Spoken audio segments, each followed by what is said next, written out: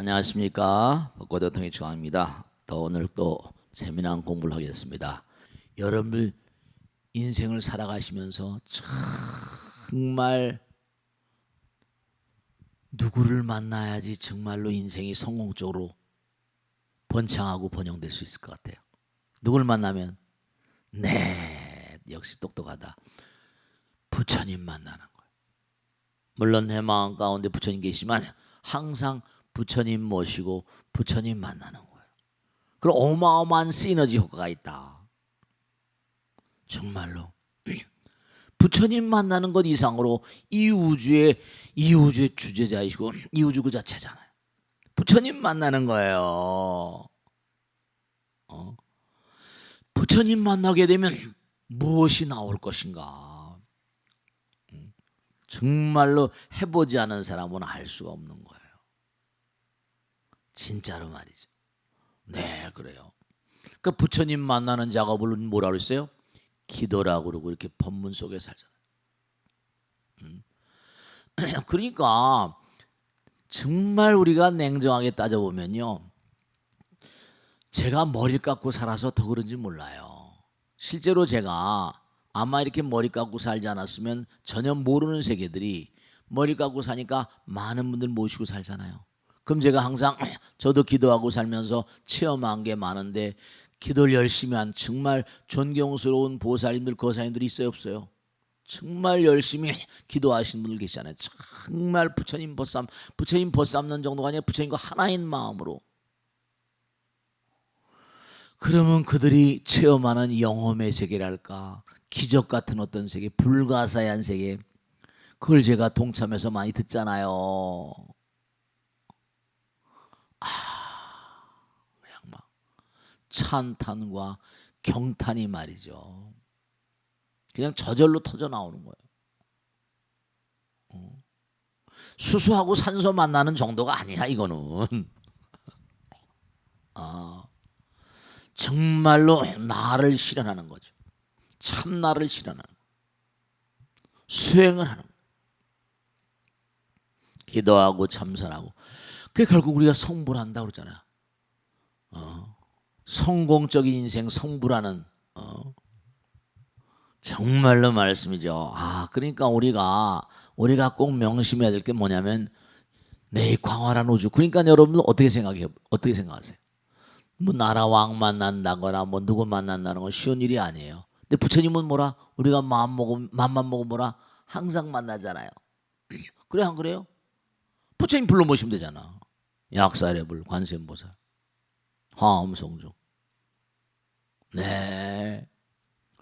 만나 뵙는 게 어려운 게 아니에요. 그런데도 뭐라? 너무 안타까운 게 있어요. 진짜 안타까운 거야.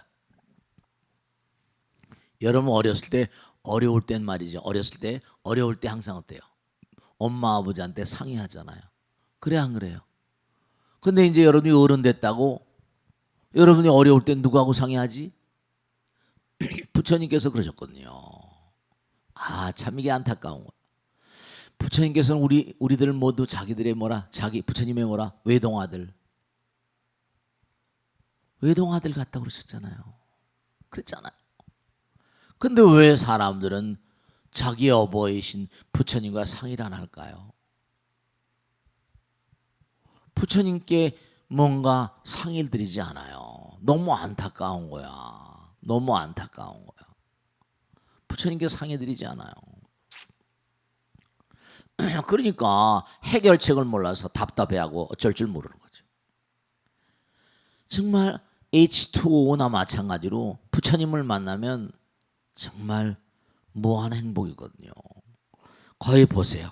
자, 좀 읽어보겠습니다. 에런 매슬로우의 그죠? 매슬로우의 욕구의 5단계를 살펴보면 첫 단계가 생리적인 욕구라는 거예요. 인간의 가장 기본적인 본능으로 식욕이나 성욕 같은 것입니다. 그것이 충족되면 그 다음에 안전에 대한 욕구, 편안하고 안정되고 싶은 욕구가 있다. 한 단계 더 나가면 누구에나 사랑받고 싶은 욕구, 누구에게 귀속되고 싶은 마음이 있다는 것입니다. 그래서 사랑하고 싶고 사랑받고 싶죠. 다음에는 누구에게 인정을 받고 싶어요. 명예를 얻기 싶어요. 나의 능력을 평가받고 싶어요.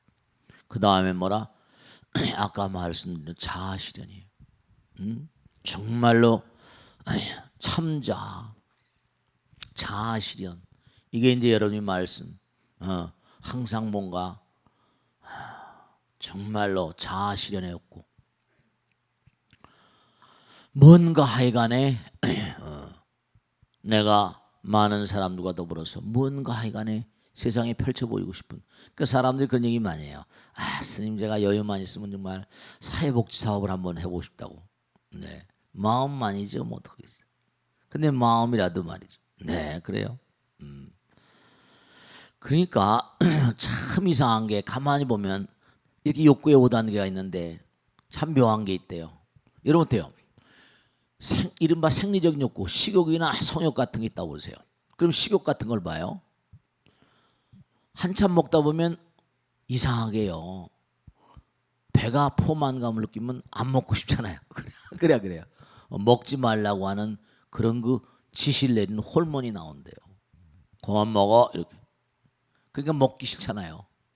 그러니까 뭔가 생리적인 어떤 그런 욕구 같은 건 적당히 뭐라 절제하라는 거예요. 절제가 미덕이거든요. 절제하지 못하면 뭐라 과하다 보면 화를 부르는 거예요. 네 그렇습니다. 그러니까 뭔가 아니 비만이라는 건 무슨 모든 그런 질병의 주범이라고 그러잖아요. 남에게 베푸는 마음, 남에게 뭔가 헌신과 희생 속에 사는 마음은 너무 즐겁잖아요. 그래 안 그래요? 그거는 이상하게 무슨 중독이 없어. 남에게 베풀고 펼치는 마음. 거기 보세요. 그죠? 중요한 거예요. 그죠? 네. 남에게 베풀고 의미 있는 행동을 할 때 우리의 몸에서 아주 좋은 물질이 생성됩니다. 기분이 유쾌하고 긍정적일 때 남에게 이바지한다거나 고차원적인 행위를 하는 사람의 두뇌의 파장을 지켜보면 이거 봐봐 또 기가 막혀 알파파가 많이 발산된다. 엔돌핀과 같은 좋은 물질이 몸에서 분비된다는 사실이요. 참 이게 묘한 게 이게 참 묘한 거예요. 내가 남에게 좋은 일을 하면요.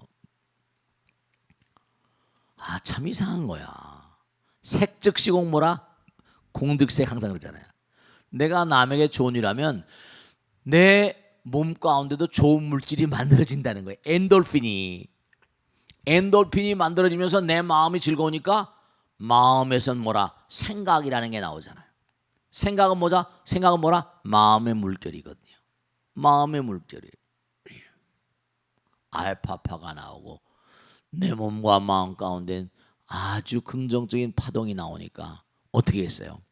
파동이라는 건 뭐라? 항상 목적성을 가지고 있다고 했잖아요. 파동은 항상 뭐라? 마음이라는 건 그 마음이 뭔가 생각을 일으키면 연파가 나오는데 그게 항상 뭐라? 뭔가 목적을 가지고. 내가 즐거우니까 뭐라? 주변에 뭐라? 즐거운 뭔가 마음을 가진 존재들이 주변에 다 모여들게 되고 불보살과 신장들이 그 사람들을 옹호하는 거예요. 그게 바로 천수경에 나온 도량청정 무하의 삼보철룡모라 강차지인 거예요.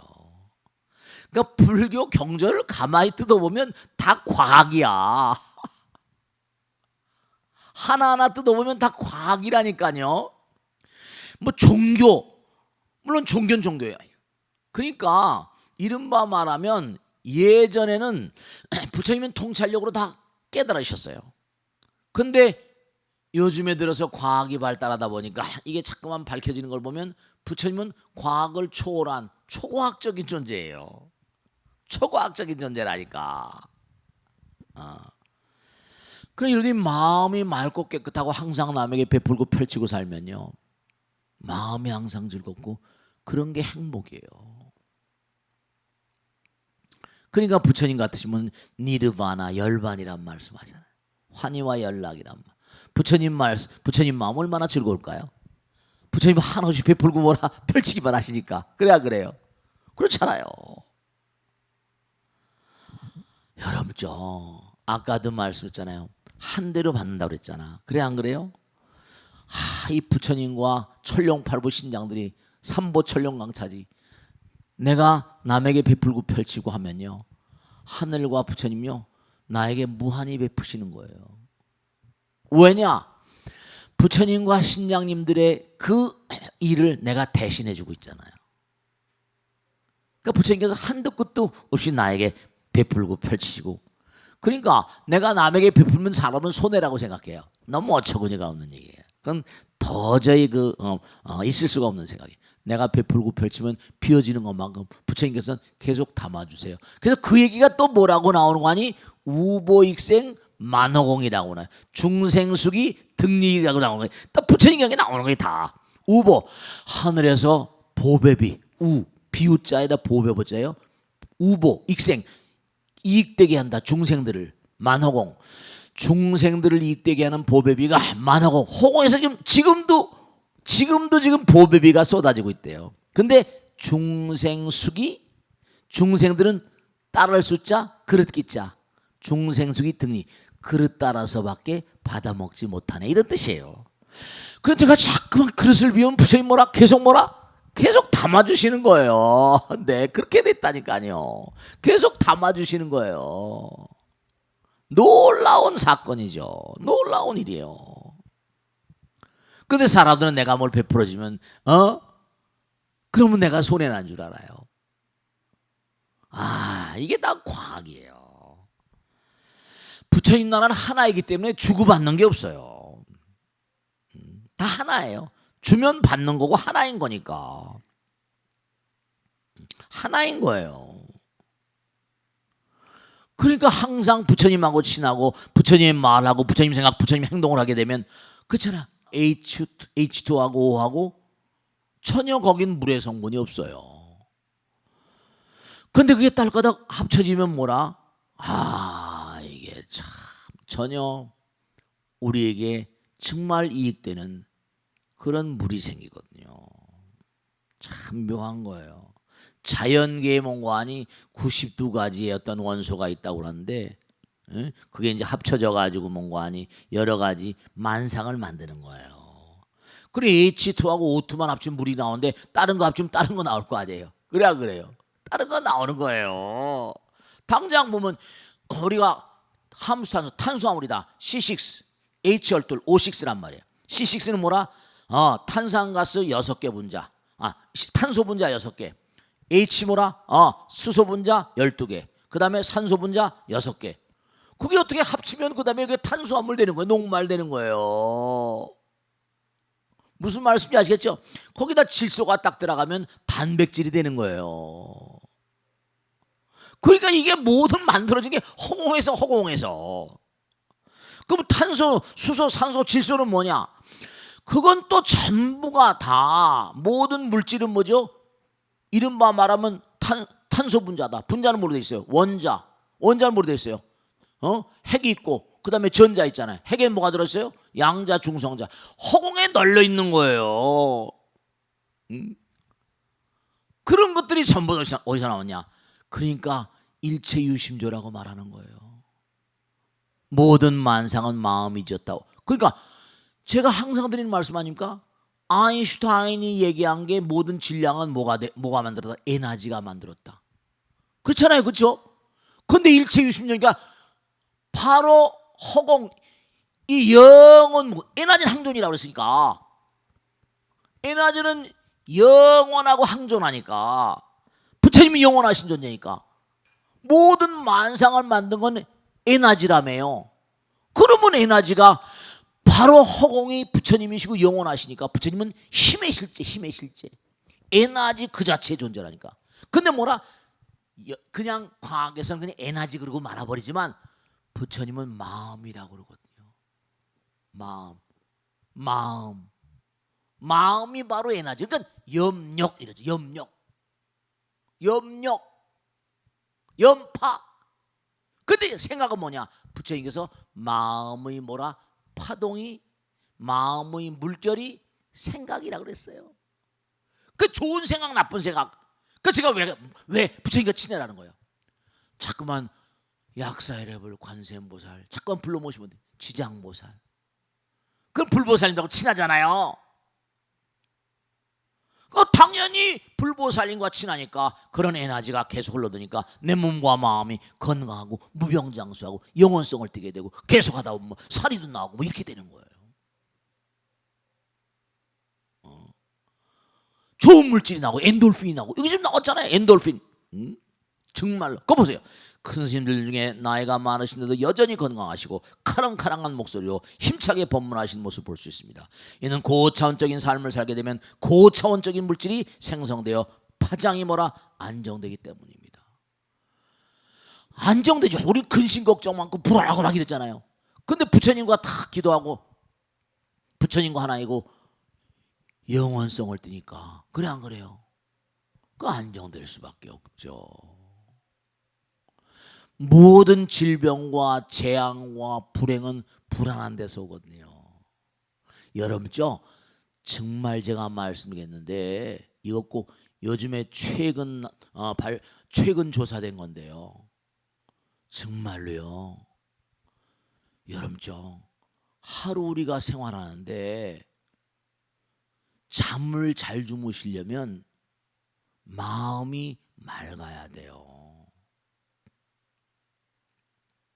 이른바 말하면 학자들이 조사하고 보니까 하루를 충실하게 산 사람들만이 잠이 잘 오더래요. 하루를 제대로 못 산 사람은 불면증에 시달린 게 그러니까 뭐냐 똑같은 거예요. 하루를 잘 살았냐? 그러니까 그런 사람들은 뭐라 잠을 편안히 주무실 수 있는 거예요. 아, 잘 잤다 이러고 일어나는 거예요. 하루를 함부로 보내고 막 엉망으로 보내고 이래버리면 잠도 잘 안 와요. 왜냐? 자기 자신에 불충실하니까. 하루를 정말 부처님과 더불어서 열심히 보내셔야 돼요. 여기 나오잖아요. 명상이나 기도 참선할 때 안정적인 뇌파가 알파파가 나오죠. 뇌파가 형성된다는 사실은 과학적으로 밝혀져 있습니다. 마음을 가라앉히고 안정된 상태에서 남에게 이바지하고 보살심으로 살아갈 때 뇌에서 아주 좋은 물질이 양성된다는 것입니다. 좋은 물질이 많이 나오잖아요. 셀로토닌이 무슨 도파민이 무슨 엔돌핀이 엔케팔린이 좋은 물질이 많이 나와.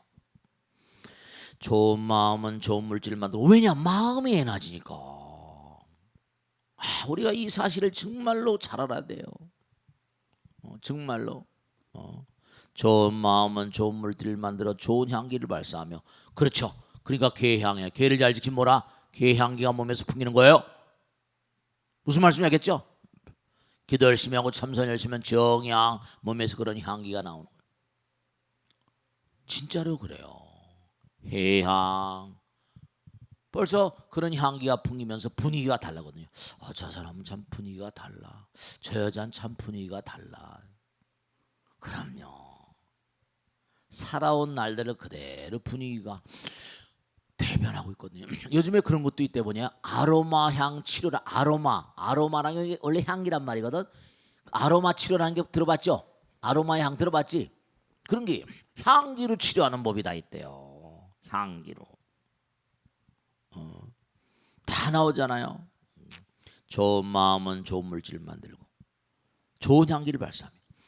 나쁜 마음은 나쁜 물질을 만들고 나쁜 기운을 발산한다고 하신 부처님 말씀이 한치 오차도 없이 정확히 맞아떨어집니다. 마음과 물질은 상대적인 관계가 아니라 마음과 물질은 하나니까 색즉시공 뭐라? 공즉색 그러는 거예요. 그러니까 좋은 마음으로 자꾸만 살면 얼굴이 뭔가 점점 예뻐져요. 아무리 설화술 찍어 바르고 아무리 계란 마사지, 오이 마사지를 백날 해도 소용없어요. 마음이 예뻐야 돼요. 마음이 예뻐야 돼요. 마음이 예뻐야 돼요. 마음이 예뻐야 된다. 그러니까 우리 땅에 나오신 84인가 83대신 할머니 보살님 저 강북에서 오신 분인데 하여간에 우리 신문이 3만 부 많이 나가잖아요. 신문 접는 날마다 꼬박꼬박 오세요. 버스 타고 지하철 타고 오세요. 할머니 제가 요즘엔 자주 못 만나는 분인데 지금도 오신다대. 그래가지고 꼬박 와서 신문 붙이고 집에 가세요. 근데 하루는 제가 이제 내려갔는데 할머니 만나서 할머니 오늘 오래간만에 했더니 아이고 스님 오래간만이에요. 근데 뭐라고 하시는 거 아니에요? 스님 제가 너무 기분이 좋대요. 그 왜 그러신데요? 그랬더니 옛날 친구들을 맨 만난대요. 지금도. 그랬더니 뭐냐면 그 친구들 자기 일생 살아오면서 한 번도 얼굴이 이쁘다고 생각해 얼굴이 이쁘다고 생각해 본 적이 없대요. 한 번도 얼굴이 이쁘다고 생각해 본 적이 없는데 그 친구들이 야, 너 요즘에 얼굴이 참 이뻐졌다 그러더래요. 나이가 80이 넘으셨는데도 얼굴이 이쁘다니까 너무 좋아가지고 말이죠. 할머니 정말 이쁘시네요. 그죠? 마음이 얼마나 이뻐요. 마음이 이쁘니까 제가 봬도 얼굴에 벌써 기품이 다르세요. 풍기는 분위기가 다르세요. 얼굴이 맑고 그러니까 그런 얘기잖아요. 곱게 늙어가신다고요. 아, 친구들이요 날 보러 이뻐졌대요 이러더래요. 네, 이뻐지는 거예요. 부처님 말씀 속에 살면 이뻐진다니까요. 실제야. 진짜예요. 제가 지난번에 말씀드렸죠. 마라톤을 뛰는 사람이 있어요. 마라톤 선수가 뜁니다. 옛날에 뭐 황영전이 뭐 이봉준이 있었잖아요. 그럼 마라톤을 뜁니다. 중요한 거 이거 나이 드시면 잘 드셔야 된다. 그러면 결승점이 지금 저 멀리 보여요. 그럼 결승점이 보인다고 터덜터덜 걸어갑니까? 어때 돼요? 마라톤을 뛴 사람은 결승점이 뭐라? 속도를 내서 더 가잖아요. 인생은 마라톤이에요. 결승점이 보인다고 해서 함부로 아무렇게나 살 그런 사람들은 없습니다. 몸과 마음을 다해서 마지막까지 뭐라? 속도를 내고 스포트하고 질주해야 되는 거예요. 그게 인생이라니까. 나이가 들었다가 무슨 내가 뭐 나이가 무슨 벼슬이 뭐요. 열심히 뭔가 마지막 꼬린 라인까지 뛰어가는 거예요. 그게 인생이에요. Life is a marathon. 인생은 마라톤이라니까요. 네, 그런 거예요. 그러니까 참 정말 나오잖아요. 기도는 부처님과 하나 되는 작업입니다. 수행이라는 게 너무 중요한 거예요. 요즘에 중생들은 수행을 잊어버렸어요. 참된 마음으로 하는 기도를 잊어버렸어요. 전부 다 그냥 우리 아들 딸들 잘 되게 해주십시오. 전부 다 말이죠. 정말 참다운 마음으로 부처님과 하나 되는 마음으로 기도하는 그런 마음들이 많이 녹아져 버렸어요. 너무 안타까워요. 지상에서 여러 가지 작업을 하고 행위를 하지만 가장 고차원적인 마음 가운데 하나가 기도하는 마음, 영혼과 하나가 되는 마음입니다. 여기 나오잖아요. 식욕을 채워서 포만감을 느끼면 더 이상 먹지 않아도 되게 식욕을 방해하는 물질이 분비된다고 합니다. 근데 참 희한한 게 이게 이제 항상 문제가 되는 거예요. 식욕을 방해하는 물질이 나오는데도 불구하고 막 먹어. 그러니까 막 이렇게 되는 거예요. 정말로 말씀. 맨하탄 거리 같은데 걸어봐요. 미국 같은데 전부 다 뭐라 이런 애들이 수도 없죠. 그 걔네들은 뭐냐면 정말 희한한 게 우유를 먹어도 우유를 뭐라 통이 그냥 이만해. 코카콜라를 먹어도 뭐라 코카콜라 통이 이만해. 아이고 참 정말. 그러니 그게 살이 안 찔 수가 없죠. 그러니까 몸에서 뭔가 이렇게 더 이상 먹지 말아라고 잠깐만 뭐라 뭔가 포만감을 느끼면 더 이상 먹지 말고 음식도 어때 한참 먹고 나면 꼴도 보기 싫잖아요. 그죠? 그런 때가 있잖아. 그지? 그런데 이상하게 그런 것도 무시하고 막 먹어버리니까 이게 뭐라? 그게 문제가 오는 거예요. 그게 그 병이야. 그러니까 점점 그러면 이제 그런 물질이 안 나와. 여기 나오잖아요. 그런데 남에게 좋은 일을 하거나 긍정적인 일을 하면 느끼게 되는 쾌감을 억제하는 시스템은 없습니다. 오히려 우리의 몸에 좋은 물질이 왕성히 분비되어 고차원의 희열감을 느끼게 됩니다. 행복하고 기쁜 거예요. 이런 것만 보아도 이 우주는 고차원적인 인간의 의지를 사랑하는 것 같습니다. 그러니까 부처님의 뜻대로 살면 너무나 행복한 거예요. 그러니까 아까도 말씀했잖아요. H2와 O2가 합쳐진 물이 나오는데 만일에 내가 나의 마음과 부처님 마음이 하나가 되면 뭐가 나올까? 네, 상상할 줄. 그러니까 뭐냐면 아름다운 생각이 뭐라? 아름다운 물질이 만드는 생각이 물질을 만드는 거예요. 생각이 한 장 넘겨보세요. 생각이 물질을 만든다 나오죠. 그러니까 우리가 화를 내고 짜증을 내면 어때요? 두려움을 느끼고 몸에 나쁜 물질이 막 생겨. 아시겠죠? 네. 호르몬이라는 걸 호르몬 연구하는 학자들에 따르면요, 호르몬은 일종의 뭔가 부호를 합니다. 이른바 말하면 마음의 부호 같은 게 호르몬이래요. 그러니까 우리 몸에 3,000종 이상의 호르몬이 생기는데 이게 전부 다 마음의 뭔가 아니요, 마음의 물질화 현상이랍니다. 그러니까 좋은 마음을 가지면 좋은 물질이 나오는 거야. 그러니까 여러분이 정말로 부처님 전에 열심히 나오고 이 벚꽃대통 열심히 집에서 보신 분들도 정말로 부처님을 가까이 하면 안 되는 이유가 있어. 왜냐? 진짜 중요한 거예요. 왜냐하면 여러분이 좋은 생각을 하고 정말로 부처님 항상 가까이 하면 부처님을 먹으면 그런 뭐라 물질이 생성되니까 그런 향기가 자꾸만 펼쳐지게 되면 어때요? 홍 가운데 나를 옹호하는 신장들이 가득하고 불보살들이 가득해요. 그 사람들 복 받고 항상 환희와 연락 속에 행복감 속에 사는 거예요. 실제로. 그런 사람 항상 감사합니다. 정말 감사합니다, 부처님. 정말 고맙습니다. 감사하고 고맙고 감사하고 고맙고 감사한 것밖에 마음이 제가 그런 얘기 하잖아요. 지광 스님 마음 가운데 가장 가득한 마음이 뭐겠습니까? 감사한 마음이에요. 그냥 매일 감사합니다. 잠을 잘 때도 감사하고 눈을 떠도 감사하고 하루 종일 살면서 감사하고 항상 감사. 정말 감사하잖아요. 이렇게 또랑또랑하게 눈을 뜨고 부처님 말씀 공부하시는 분들 여러분 계시고 또 텔레비를 그냥 전국에서 그렇게 많이 봐주시고 시청률이 계속 1등이랬잖아요. 그러니까 벚꽃 대통을 보신 분들은요 자기만 보지 말고 옆에 집의 아줌마한테도 보라고 그래. 옆에 집의 아줌마 아저씨한테 다 보라고 그래서 부처님 말씀을 자꾸만 온 만방에 좀 펼쳐야 돼요. 그래서 그들의 삶이 뭔가 행복되게 여기 다 나오잖아요. 화를 내거나 공포를 느끼게 되면 다량의 이게 나쁜 물질이 나와. 이게 발암 물질이야. 노르아드레날린. 이게 발암 물질이 나옵니다. 공포를 느낄 때 나오는 물질이 아드레날린입니다. 미량은 우리 몸에 어느 정도 필요하지만 강한 충격으로 인해 많이 분비되면 문제가 심각해집니다. 노르아드레날린이 분비되면 우리 몸에 굉장한 긴장 상태를 초래하여 혈관이 좁아지고 얼굴이 벌겋게 달아오른 상태가 되기도 하고 고혈압이 퍽 터져버려. 이게 터져버려. 뇌혈관 터지고 심장혈관 터져버려. 이게 그 주범입니다. 이게 화가 나면 얼굴이 벌겋게 달아오르지, 그지? 그때 터지는 거예요. 성질내고 막 이러고. 혈관벽에 충격을 가하게 되면 염증이 생기고 유전자가 상하게 된다면 바로 암세포가 되어버립니다. 이게 심각한 거예요. 노르아드레날린이 바로 암세포의 스위치 역할을 합니다. 마음과 감정의 상태가 곧 우리 몸의 물질 분비를 결정짓게 됩니다. 나쁜 마음을 가지고 남에게 해를 끼치며 살아간 사람은 어떻게 해요? 자기 스스로 무덤을 파는 행위입니다. 그러니까 지금 뭔가하니 3명 중에 하나가 암이다. 3명 중에 하나가 이혼한다. 이게 지금 다 달래서 문제가 아니라 우리의 마음이 너무 황량해지고 척박해지는 거예요. 우리의 마음자리가 지금 너무 안타까워지는 겁니다.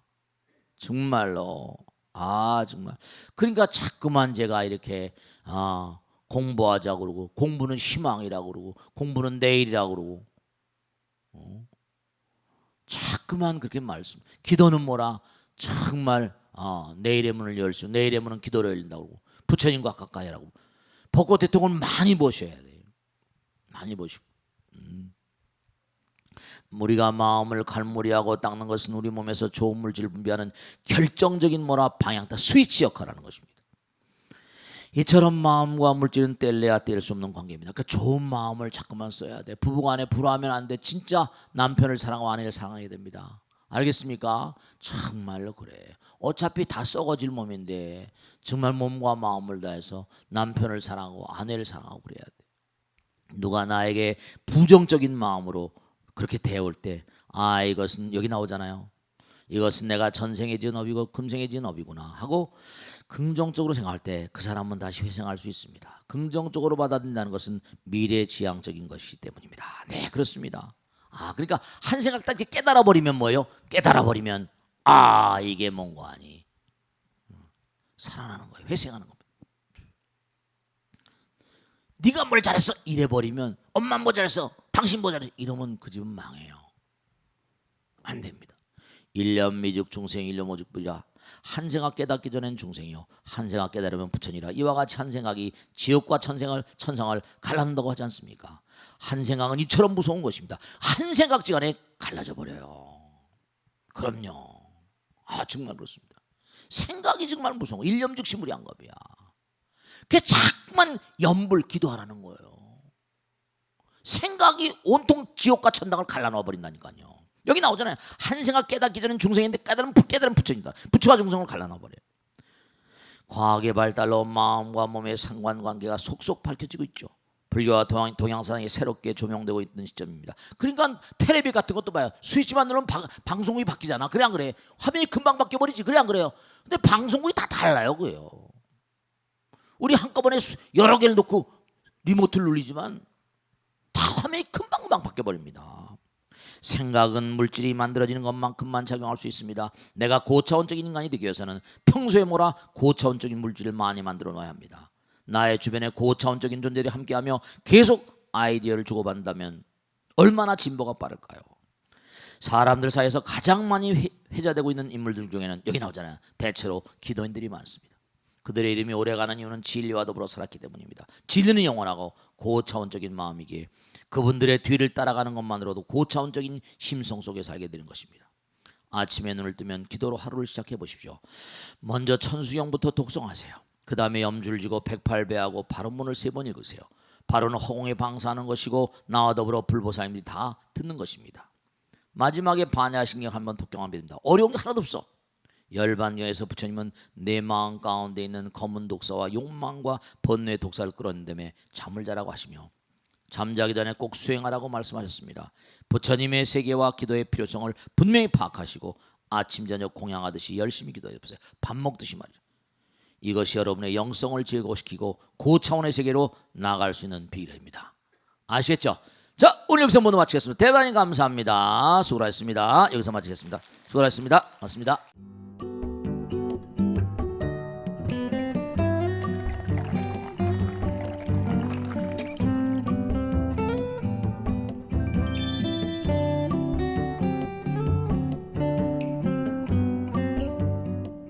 이 칭찬이 참 중요하거든요. 부처님께서도 항상 남에게 이익되는 말을 하라. 남에게 칭찬하는 말을 하라. 이렇게 말씀하셨거든요. 진실과 정도를 말하라. 이렇게 말씀하셨는데 이 칭찬이라는 게 참 우리의 삶의 조미료이기도 하고 참 중요한 역할을 하는데요. 근데 이제 또 요즘에 어떤 교육학자 얘기를 들어보니까 이 과잉 칭찬의 문제가 또 있더라고요.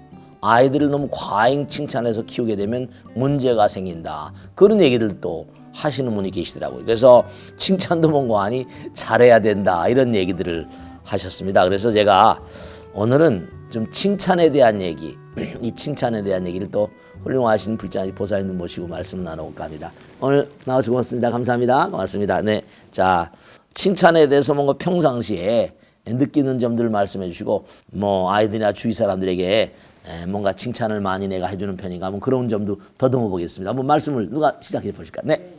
님 평소에 아이들에게 칭찬을 많이 해주려고 하지만은 너무 많이 칭찬을 해주면 자기만 아는 사람이 될까봐 걱정이거든요.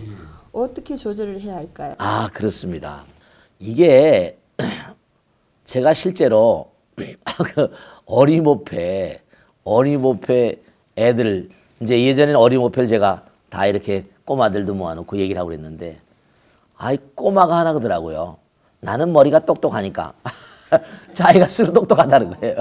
그래서 너 머리가 똑똑한데 그래 뭐 어디서 누가 너는 머리 똑똑하다 그랬더니 우리 엄마가 항상 나 머리 똑똑하대요.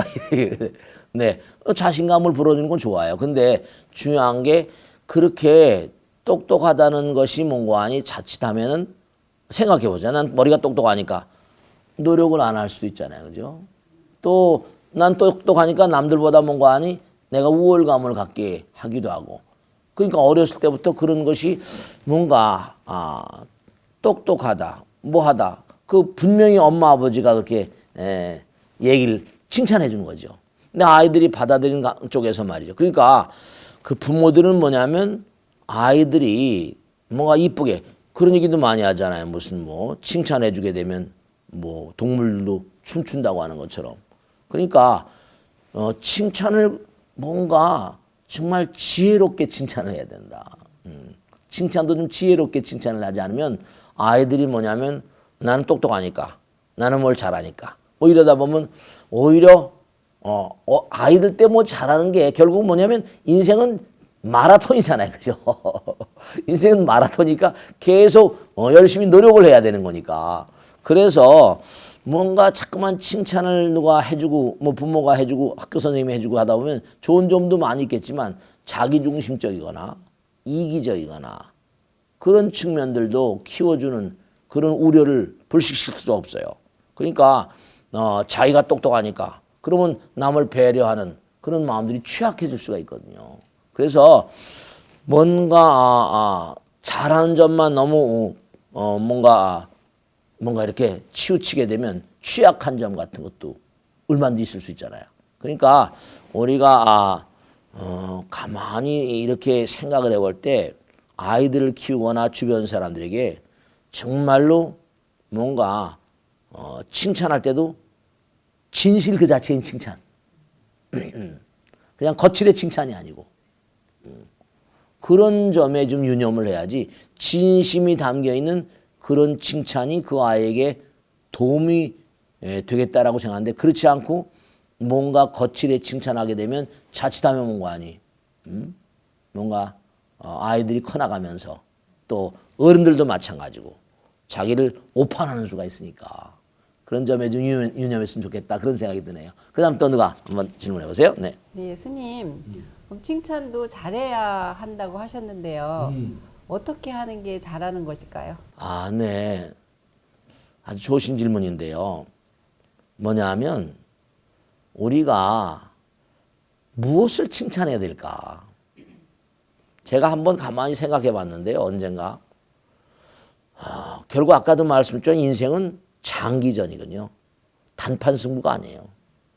그러니까 중요한 건 우리 인간에게 가장 필요한 어떤 그런 그 삶의 자세라고 한다면 굴하지 않는 자세 있죠. 흔들리지 않는 자세. 불교에서도 중도라는 말을 많이 쓰거든요. 중도는 중심을 잘 잡고 가야 된다. 흔들리지 말아야 된다. 한쪽으로 쏠리게 되면 어떻게 돼요? 넘어지잖아요. 자전거도 중심을 잘 잡고 가야 돼요. 그러니까 칭찬을 하되 어떤 점을 칭찬해야 좋은가 하면 제가 볼 땐 야, 너 참 애가 꾸준 슬로우 앤 스테디 있잖아. 너 참 꾸준하구나. 우리 인생 꾸준해야 되거든요. 넌 시험 때만 이제 애가 만일에 평상시에 공부를 한다면 넌 시험 때만 공부한 줄이 평상시에도 열심히 꾸준해네. 뭐 이렇게 평상시에 평상심시 오니까 부처님 말씀대로 생각하면 흔들리지 않는 마음, 꾸준히 가는 마음. 그 다음에 정말로 언제 어떤 경우를 하더라도 뭔가 항상한 마음. 항심시 불심이니까. 그러니까 칭찬을 하되 뭔가 아니 어떤 한 부분 뭐 결과에 대한 어떤 칭찬도 중요하지만 그것도 중요하지만 또 하나 중요한 건 뭔가 아이가 꾸준하다거나 항상하다거나 혹은 노력하는 자세라거나 그런 불굴의 어떤 의지를 가지고 야, 너 지난번에 그 뭐 하다가 안 된다고 포기한 줄 알았는데 너 애가 말이야 너 내 아들답다 말이야. 야, 굴하지 않고 하는 자세 대단하다 너. 그런 말 같은 게 아이들에게 뭔가 이 굴하지 않는 인생, 굴하지 않는 삶 이런 것에 대한 어떤 자세를 심어준다는 게 굉장히 중요하겠다. 그런 생각을 하거든요. 그러니까 우리가 꼭 생각할 게 성공도 중요하지만 성공하는 그 순간까지는 수많은 실패를 거쳐야 되거든요. 그러니까 고통에 굴하지 않는 인간. 그걸 위해서는 어떤 품성이 중요할까? 애한테 어떠한 그런 삶의 자세를 심어줘야 될까? 이런 걸 유념하셔야 된단 말이에요. 우리 인생은 실패가 다반사고 실패는 성공의 어머니까. 너무 야 점수 뭐 좀 떨어졌다고 너무 괴로워하지 마. 다음에 잘하면 되잖아. 뭐 이렇게. 아빠 널 믿어. 뭐 이렇게. 그런 식으로 아이를 용기를 북돋워주고 뭔가 힘차게 갈 수 있는 굴하지 않는 자세, 흔들리지 않는 자세, 인생의 전반적인 어떤 흐름을 놓고 볼 때 우리 인생에 필요한 게 무엇인가, 그런 점을 우리가 보면서 아이들에게나 어른들에게나 야 그거 뭐 요번에 한 번 했다고 뭐 하늘이 깨지냐 땅이 깨지냐 다시 하는 거야 뭐 이런 식으로 말이지. 너는 뭐 내가 보니까 지난번에도 잘했으니까 腾잘할 거야. 그런 식으로 무언가 인생을 살아가는 전반적인 어떤 흐름에 대한 칭찬이 아이들에게 중요하지 않을까. 어른들도 마찬가지고. 그러니까 결과에 대한 어떤 칭찬도 중요하지만 과정에 대한 칭찬이 더욱더 중요하겠다. 그런 생각을 합니다. 네. 칭찬하는 것. 이건 정말 그 사람이 혹은 또 식물이나 동물 모든 만상들이 용기 백배하게 하는 아주 중요한 그런 힘의 원천이기도 하지만 여러분들이 그 이면에 뭔가 아니 뒤에 가서 아까 말씀대로 뒤통수 치는 거 이런 거는 정말 삼가해 주셔야 됩니다. 그런 어떤 그런 그 부정적인 어떤 언어들은 그의 의욕을 꺾거나 그럴 뿐만 아니라 우선 제일 가까운 귀가 자기 귀다, 내 귀다. 그러니까 내가 상대방을 칭찬하면 우선 나도 내 몸과 마음 가운데 긍정적인 어떤 힘이 배양될 수 있지만 남에게 내가 뭔가 부정적인 언사를 쓰거나 뒷담화를 치면 내 몸과 마음도 별로 편치가 못하다는 걸 생각하시고 항상 남에게 긍정적인 마음으로 진심 어린 칭찬하는 그런 삶을 살아가시라고 드립니다. 자, 오늘 차담 여기서 마치겠습니다. 감사합니다. 고맙습니다. 마치겠습니다. 네.